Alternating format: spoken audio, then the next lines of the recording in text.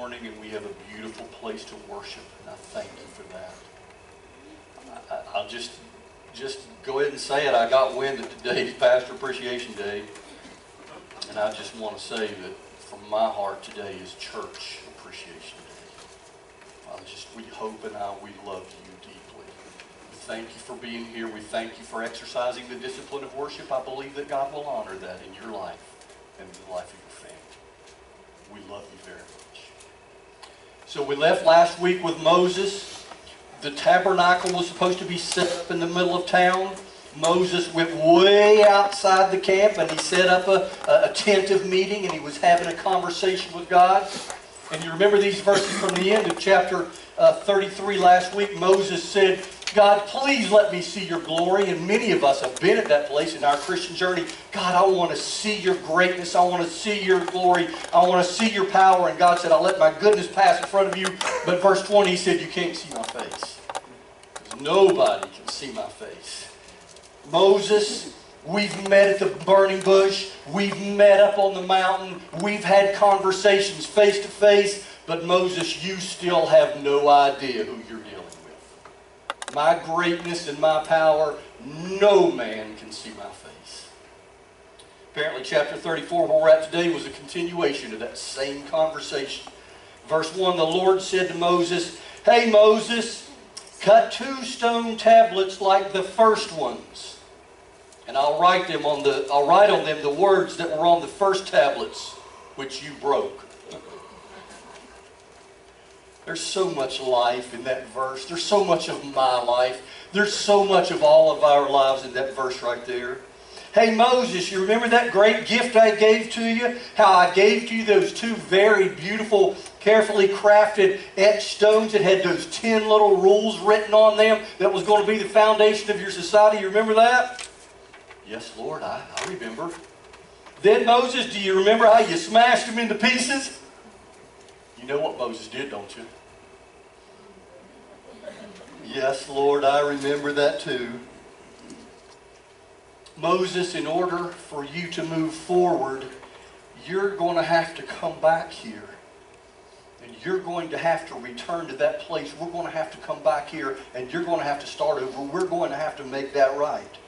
Moses, the first time I gave you the stone tablets that I had cut, and remember how I wrote on them with my finger. This time, Moses, you're going to have to get some skin in the game. I gave you my very first best the first time, and you messed it up. Has anybody but me started to relate to this yet?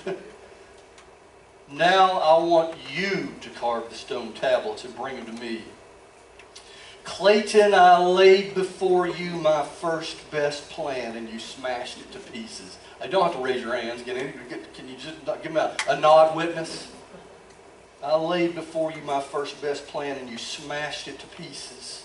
Or you let it get away from you, or whatever it happened. Clayton, I want you to return back to that place of brokenness. You've got to go back there before you can start again. He is a God of second chances, is he not?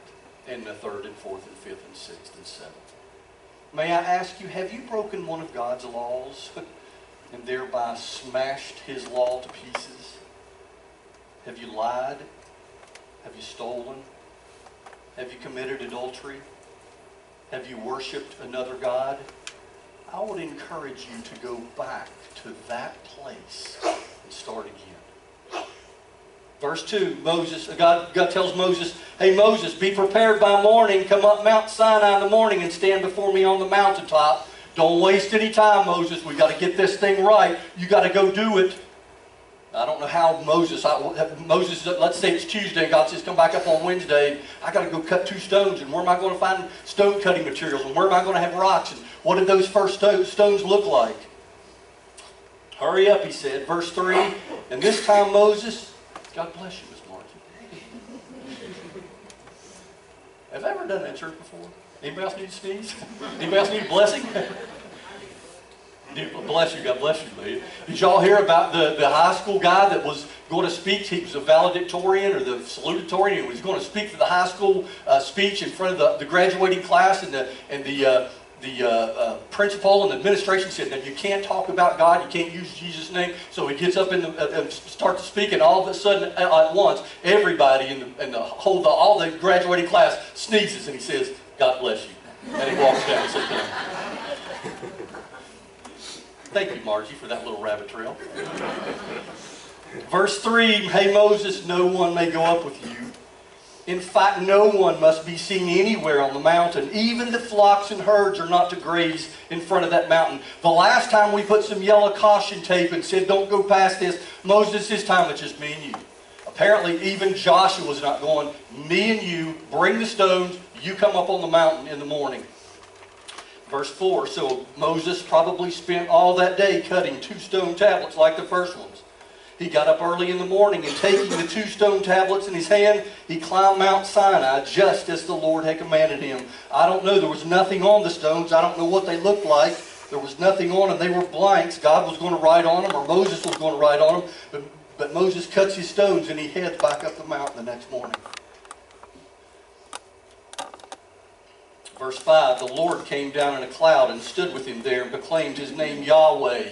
So he goes up on the mountain, and there's the cloud again. So Moses can't see God's face, because Moses said, God said, "Nobody can see my face." But he gets up there on the mountain and proclaimed his name Yahweh. So Moses is up there walking around. He's got the 2 stones tablets, and all of a sudden there's a voice that says, "I am Yahweh." You remember last week that God said this, verse 19 of last week? He said, "I will cause my goodness to pass in front of you, and I will proclaim the name Yahweh in front of you." So Moses gets up on the mountain, and God says, "Here I am. My name's Yahweh." I wonder if he dropped those stones again and hope they didn't break. Moses, I don't mean to startle you.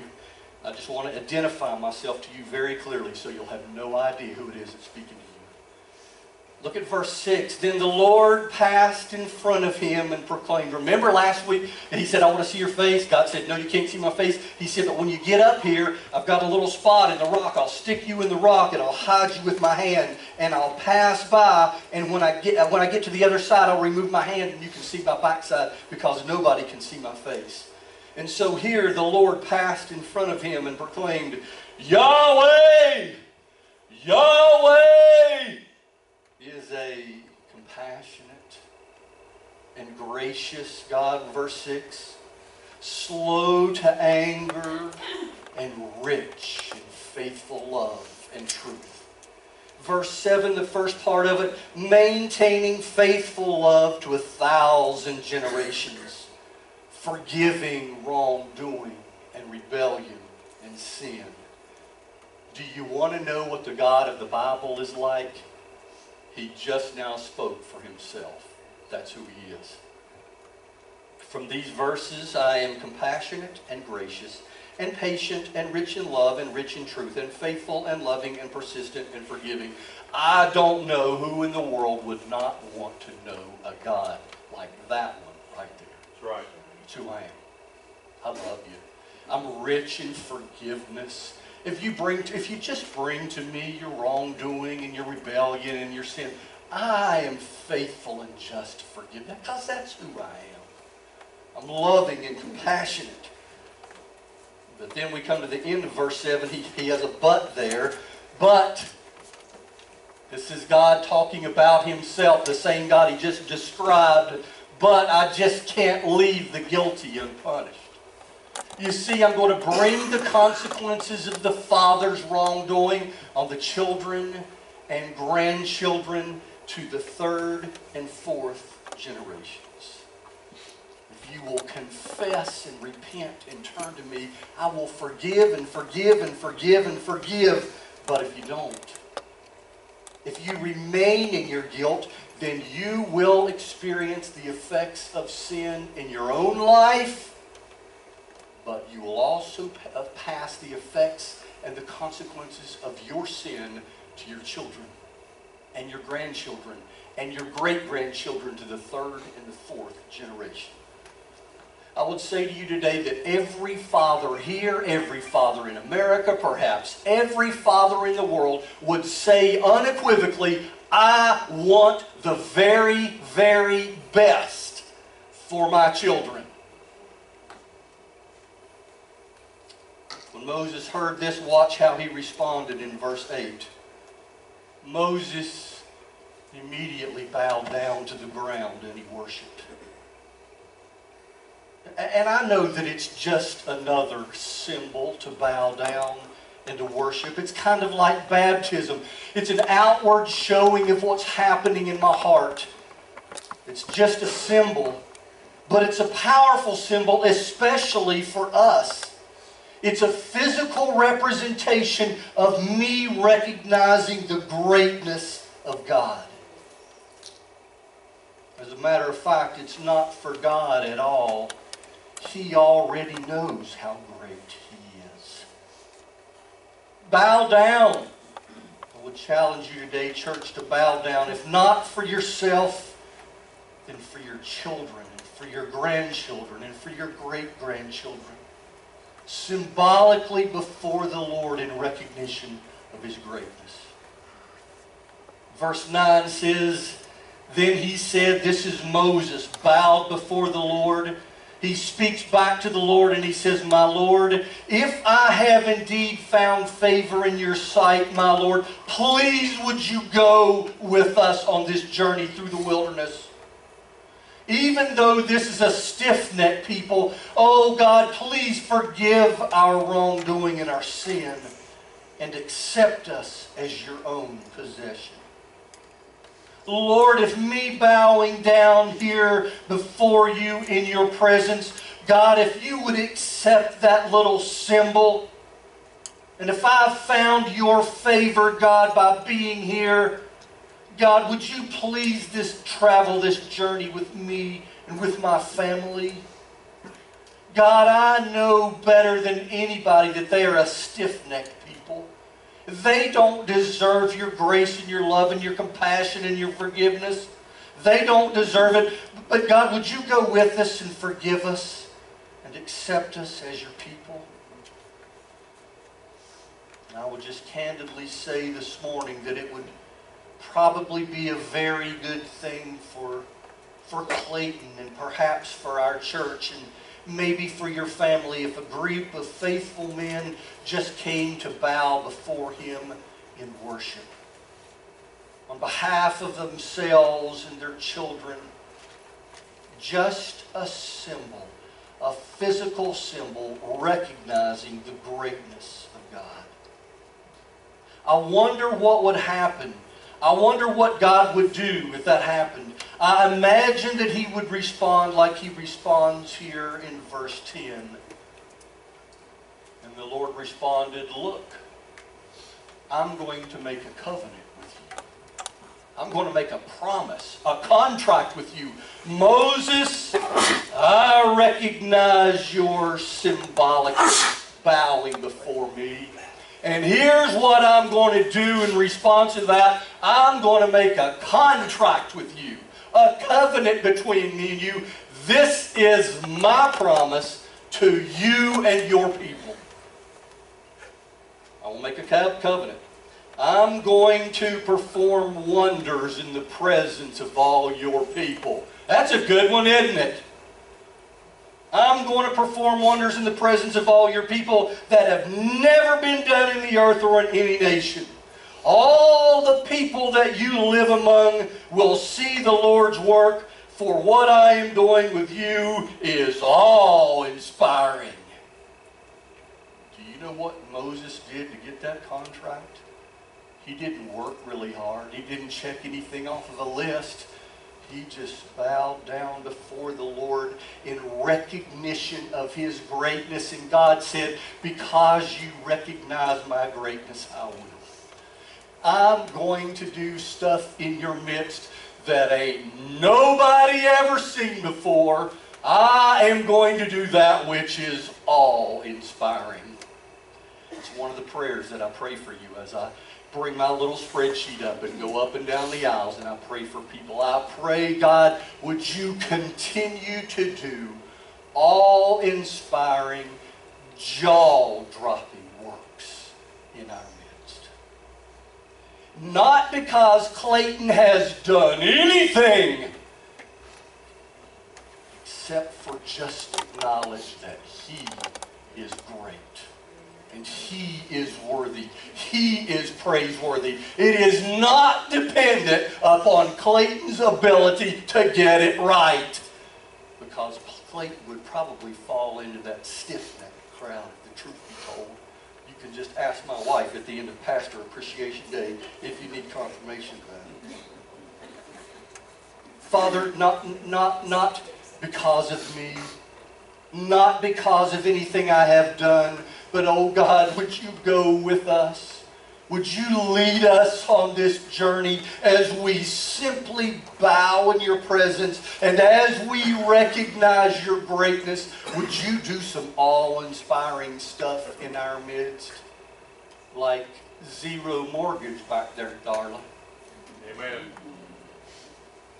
Just watch and observe. Verse 11, observe what I command you today. Moses, you can expect it. Here's what I'm going to do. All of those ites out there, I'm going to drive every one of them out.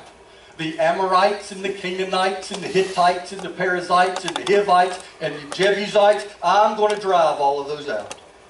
This nomadic people of yours just wandering around in the desert, you're going to be overwhelmed by watching my hand at work mowing down your enemies. Wow, what a promise. It's going to be like nothing you've ever seen, and I am going to do it. Now, Moses, here's your part. Here's what I am asking you to do. Starting with verse 12. Be careful not to make a treaty with the inhabitants of the land that you're going to encounter. Don't start going and buddying up with them and making a treaty with them. Otherwise, they will be a snare to you. Instead, you must tear down their altars and smash their sacred pillars and chop down their Asherah poles. Those were idolatrous behaviors and idolatrous acts. Number one, don't make a treaty with the enemy. If you do, it will become a snare. Verse 13, instead you must tear down their altars, smash their pillars, chop down their Asherah poles. Number two, mow down the very appearance of false gods. Verse 14, you are never to bow down to another god because Yahweh, being jealous by nature, is a jealous God. God says, Moses, I am number one. There is not anywhere, there is no number two. I am number one, I am number two, I am number three. I'm asking you, I'm telling you, I'm a jealous God. I deserve your worship. And I want you to worship me alone because I am a jealous God. Number three, don't compromise your commitment to Almighty God because He is jealous for you. Verse 15, he continues, don't make a treaty with the inhabitants of the land, or else when they prostitute themselves with their gods and sacrifice to their gods, they will invite you and you'll eat their sacrifices. If you just get close enough, if you just leave just a little opening, you'll end up prostituting yourselves with them. Verse 16, then, by that point, you've gone too far. Point of no return. Verse 16, then you'll take some of their daughters as brides for your sons. Their daughters will prostitute themselves with their gods and cause your sons to prostitute themselves with their gods. And I will just say to you, that's pretty ugly. This is the people of God. And God says, don't make a treaty. Don't open up that little window because you'll go down that tube and there won't be any point of return. Starts with just an innocent compromise, and then it mushrooms into a prostitution of the heart. Oh, no, we wouldn't ever do that. Well, we're just trying to be politically correct and not offend anybody. You know, and make sure we're building relationships with our enemies. This is not really a treaty. We just don't want to hurt anybody's feelings. God would say, don't go down that path. Don't even start down that path. I'll just be very clear to you. You and I have had and we will continue to have many opportunities and pressure from the culture to compromise on our values. I encourage you, my friend, hold the line. Hold the line. Determine in advance These are my convictions, and before God I will choose not to compromise on those convictions. It's just a little slippery path, but it ends up a slope from which there is no return. Hold the line. God is able to fight for you on your behalf. That's right. And it probably starts here, verse 17. Do not make cast images of gods for yourselves, like a golden cow. Really, Moses is repeating the first commandment here, isn't he? What does that mean practically? It means don't worship anything that has been made. One of the strongest passages in the New Testament. This is Paul talking to the Romans. This is a scathing passage. He says this in verse 25. They exchanged the truth about God for a lie. And they worshipped and served something created. Something that they made. Something that was created instead of the Creator, who is to be praised forever. Amen. The strongest passages in the New Testament. Then God continues with Moses. Remember, this is the list of things I would like for you to do. Verse 18, I want you to observe the festival. We got a celebration coming up. It's a holiday time. I want you to observe the festival of unleavened bread. You are to eat unleavened bread for 7 days at the appointed time in the month of Abib, which was April, I think it was, as I commanded you, because you came out of Egypt in the month of Abib. It'd be like us saying July 4th, I want you to celebrate and remember July 4th because that's your Independence Day. In the month of Abib, I want you to celebrate the festival of unleavened bread. Don't forget to remember your deliverance from bondage by my strong hand. When we celebrate the Lord's Supper, Paul told the Corinthians, as often as you eat this bread, no, Jesus said it, as often as you eat this bread and drink this cup, you show the Lord's death till He comes. Here's what I want you to observe the festival and celebrate. Verse 19, here's the next thing that I would like for you to do. The firstborn male from every womb belongs to me, including all your male livestock, the firstborn of cattle or sheep. You must redeem the firstborn of a donkey with a sheep. But if you don't redeem it, break its neck.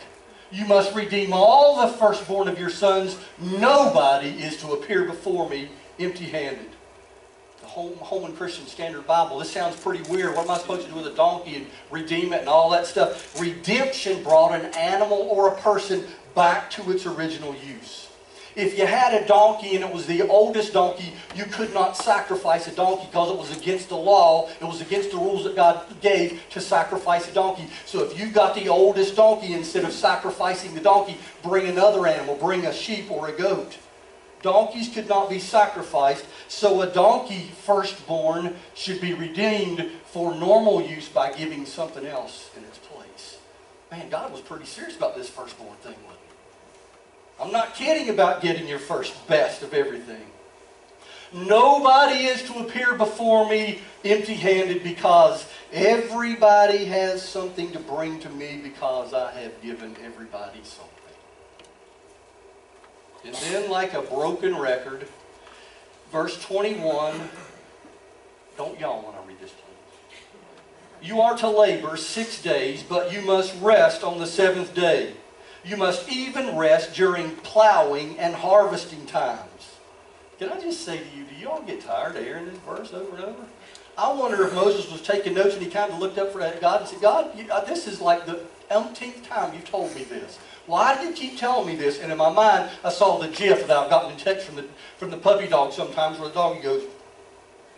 I wonder if God looked at Moses like, why do you think I keep telling you this? In the Old Testament, in the book of Exodus, the phrase seventh day occurs 17 times, talking about the same principle. And the term Sabbath occurs 13 additional times. 30 times in the book of Exodus, God says, take the seventh day off. Even during plowing and harvesting times. But God, you don't understand. We've got to make hay while the sun's shining. We've got to get out there. We've got to do it. May I just say to you, don't miss, there's 2 commands here. Number 1, labor. Work hard for 6 days. And number 2, rest on the 7th day, even when it looks like you have a ton of work to do, even during the plowing and harvesting seasons. So I know that we're in the New Testament. I know we're not under a law. I'm not under a law that I have to take a day off, but I just want to ask you this question. How are you doing with that work-rest balance in your life? Are you working hard? And are you getting adequate rest? It is a gift to us from God. Clayton, this is repetitive. We've heard it all before. Yeah, I know. Verse 22, the Lord continues, I also want you to observe another festival, the festival of weeks, with the first fruits of the wheat harvest, and the festival of ingathering at the turn of the agricultural year. 3 times a year, all the males are to appear before the Lord, the God of Israel. Don't fail. Don't fail to come specifically into my presence and celebrate my blessings on your life. Observe it. Remember it. Don't forget it. May I just ask you, church, especially church in America, has God richly blessed our lives? Amen. Then don't forget to remember. Probably ought to carve out some festivals where we just remember the goodness of God. Verse 24, I'm back to my promise. God says, I will drive out nations before you, and I will enlarge your territory. I pray for you that God does an awe-inspiring work in your life. I also pray that God exalts you in the marketplace and that He expands your territory. No one will covet your land when you go up 3 times a year to appear before the Lord your God.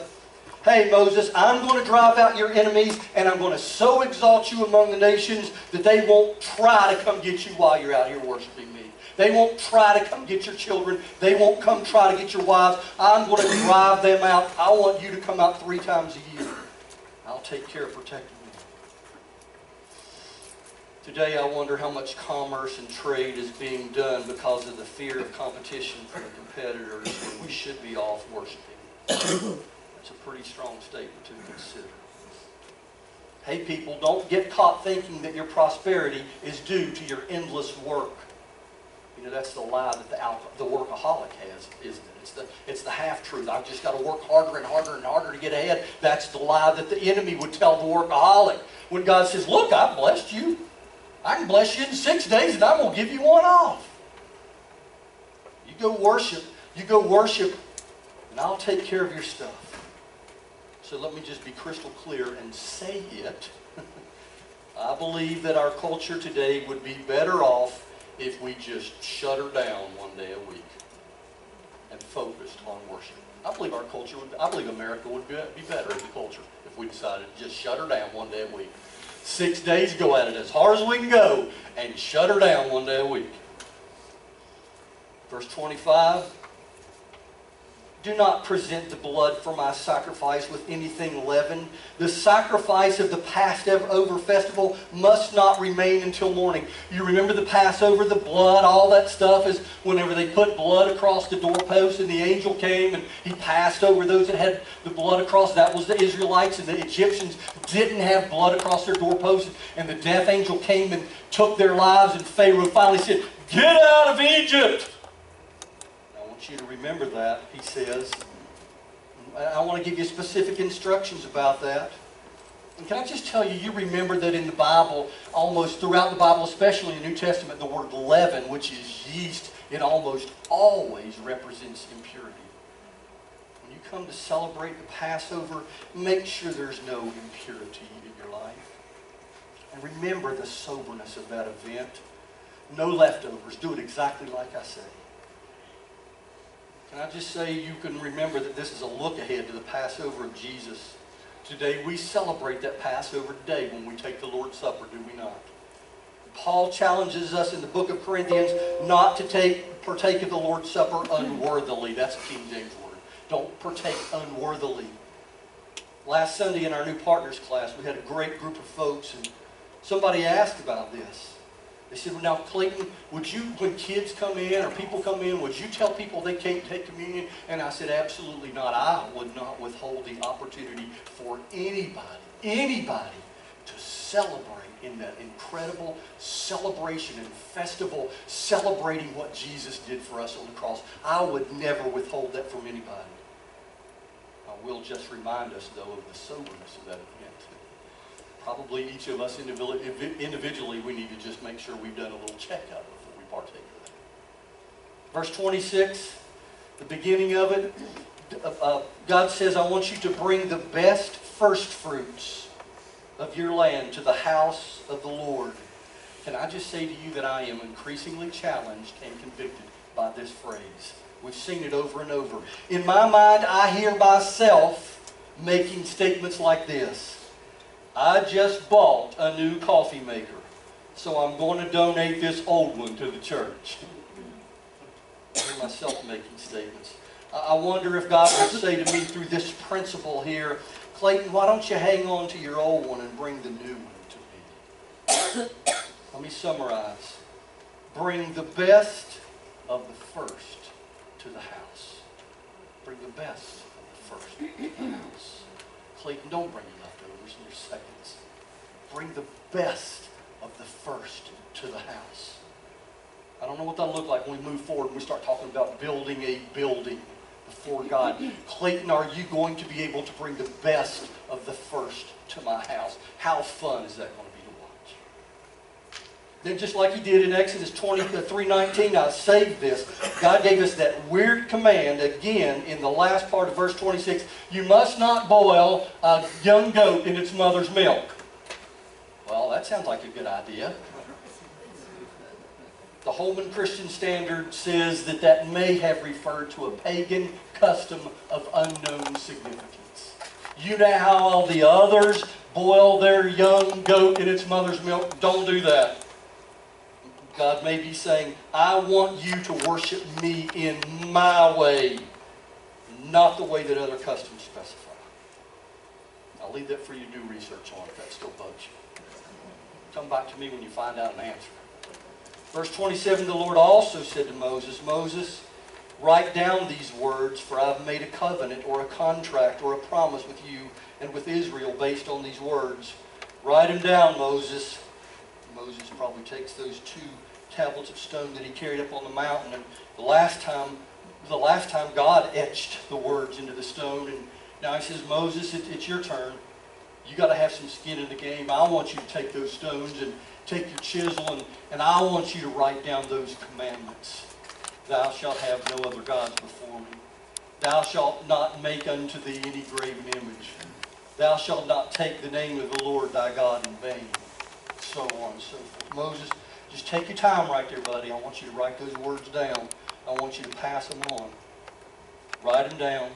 Don't forget to keep these words in front of you. This is my covenant, my contract with you as the people. My contract with you and the people based on these words. Do you want my blessings? Then these are the terms of the contract. Verse 28 says, Moses was there for 40 days and 40 nights writing on those stones.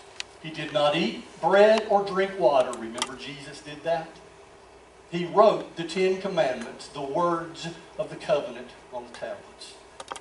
It's kind of deja vu, isn't it? Another one of those 40 days. You remember that it rained for 40 days and 40 nights in Noah's day? And then you remember that God just finished giving specific instructions about how to build the tabernacle for 40 days and 40 nights. And now a third time, where you see 40 days of basic training. Come back, Moses, up on the mountain. We got to start with basic training again. We got to go review and go back over the Big Ten.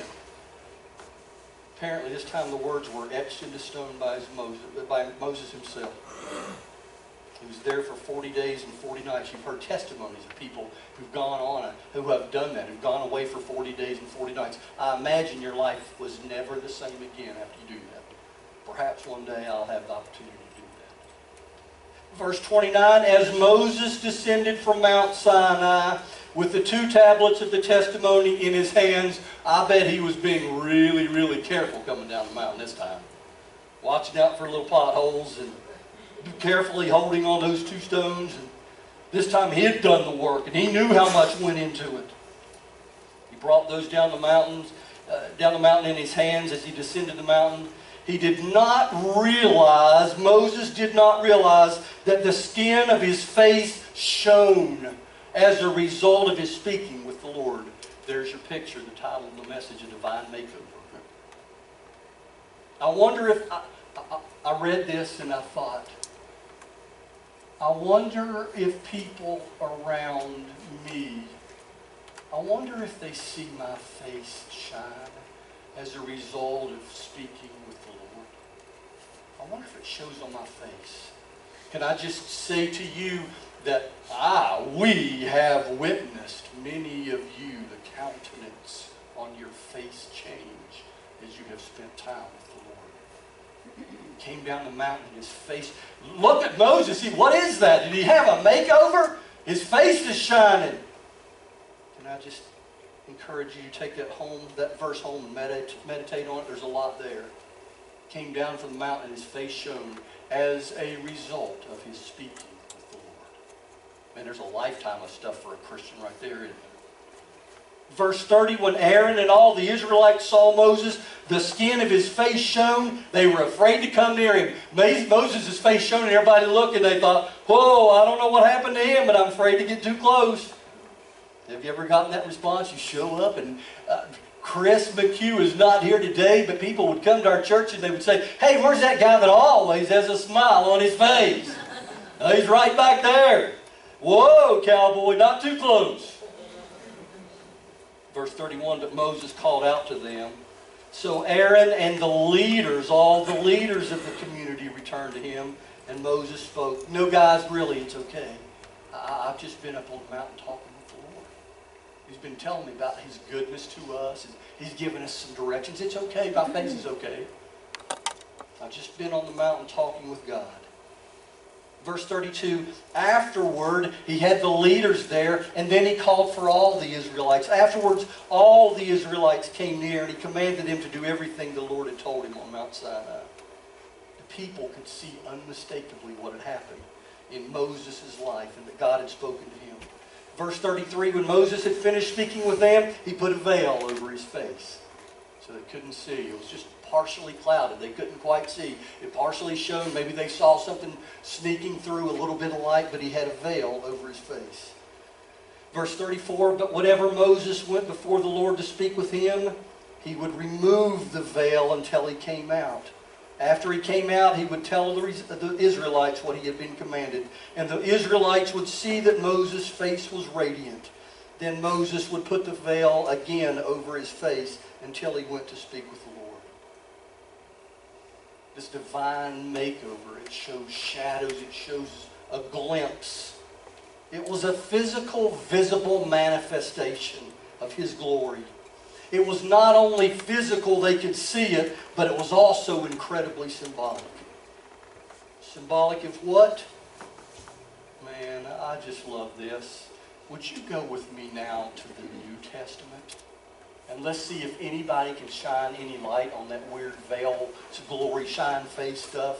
To Paul talking in 2 Corinthians chapter 3. I encourage you to just get you a good study guide and dig deep into 2 Corinthians chapter 3 as Paul talks about what happened right back there in Exodus 34. It is clear that you are Christ's letter, produced by us, not written with ink, but with the Spirit of the living God. Not on tablets of stone, but on tablets that are hearts of flesh. You see, all this stuff in the Old Testament was about laws and rules and regulation and rocks and stones and veils. But you ain't under that covenant anymore, Paul says, church. You're not under that covenant anymore. You're Christ's letter now.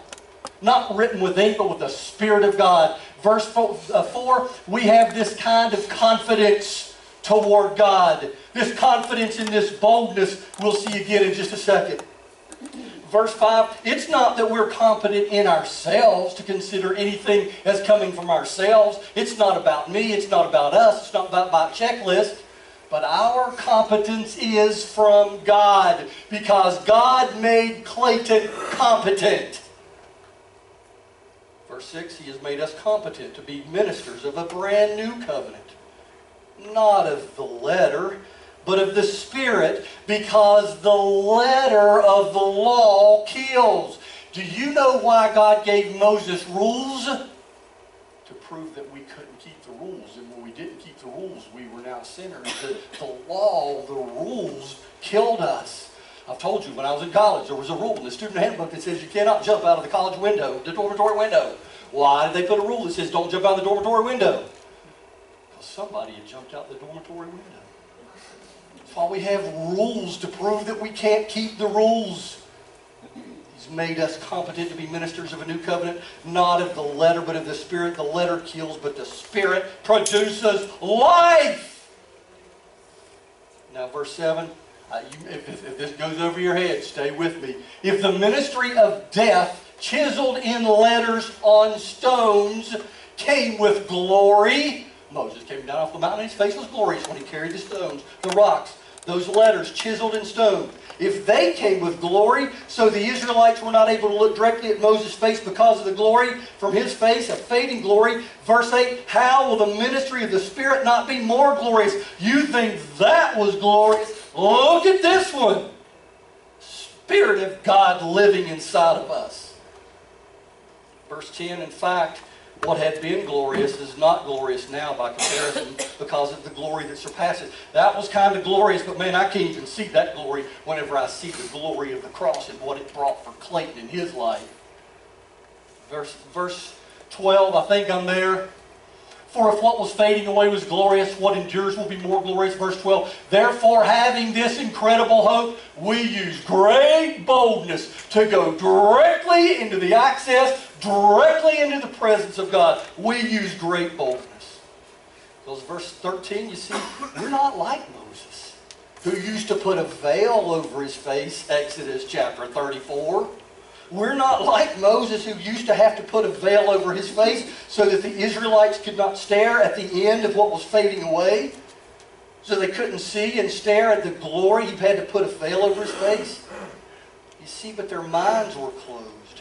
And even to this day, at the reading of the Old Covenant, the same veil remains. Paul was saying some people in the Old Testament, but the Israelites, the Jews, even during this time, they were still looking at this old rule. To this day, at the reading of the Old Covenant, the same veil remains. It's not lifted because it's set aside only in Christ. Even to this day, whenever Moses is read, a veil lies over their hearts. Man, this is a good verse, verse 16. But whenever a person turns to the Lord, the veil is removed. Verse 17, now the Lord is the Spirit, and where the Spirit of the Lord is, there is freedom. Clayton is no longer under the rules and the laws. Clayton has the Spirit of God inside of him, and the Spirit of God has given him life, and the Spirit of God has given him freedom. And when the enemy comes to Clayton and says, well, what about this thing you did? I quote to him Romans chapter 8, verse 1. Therefore, there is no condemnation to those who are in Christ Jesus. That's right. No condemnation. Satan, you may take your little half-truth and go far away from it. Where the Spirit of the Lord is, there is freedom. I don't have to go into God's presence with a veil. Instead, we get to use great boldness. Verse 12. We all with unveiled faces. Isn't that a great picture? No shadow, no half looking. By the way, in the mirror, I'll come to it. We all with unveiled faces. We're looking as in a mirror at the glory of the Lord. And we are being transformed in the same image from one glorious level to the next level as God helps me move from where I am to the next level. We're being transformed in the same image from glory to glory. This comes from the Lord, who is the Spirit who indwells us. Wow. A mirror back then wasn't as clear as it was today. It would have been cloudy. We see God's glory now, kind of, but it's still a little cloudy. But as we daily are being transformed and morphed into His image, we see a little bit more clearly every day. Not transformed by the rules, not transformed by guilt, not transformed by coercion, transformed by God's Spirit dwelling within us, helping us to see Him a little clearly more and more every day. There's a lifetime of theology in 2 Corinthians chapter 3. Maybe you don't understand most or many of any of that, but I want to leave us with this verse on the screen. Verse 16.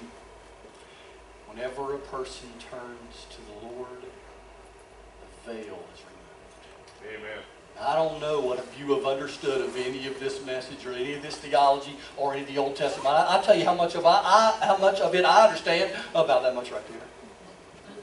But I just know this, the day that I was 7 years old and I came to a place that we call an altar, and I asked Jesus Christ to come into my life, I'll tell you what happened. The veil was removed. Amen. And I've been looking just a little more clearly every day as I just try to understand. My prayer is every day is this: God, would you reveal to me a little bit more today about how much you love me?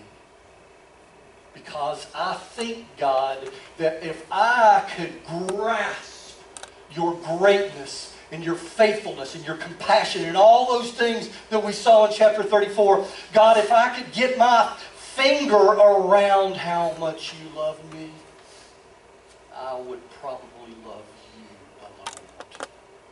Will you pray with me? We'll sing this song. It's so appropriate. We played it last week. It's Turn Your Eyes Upon Jesus. The words of the chorus say, turn your eyes upon Jesus and look full in His wonderful face. And all of the things of earth will grow strangely dim in the light of His glory, His grace.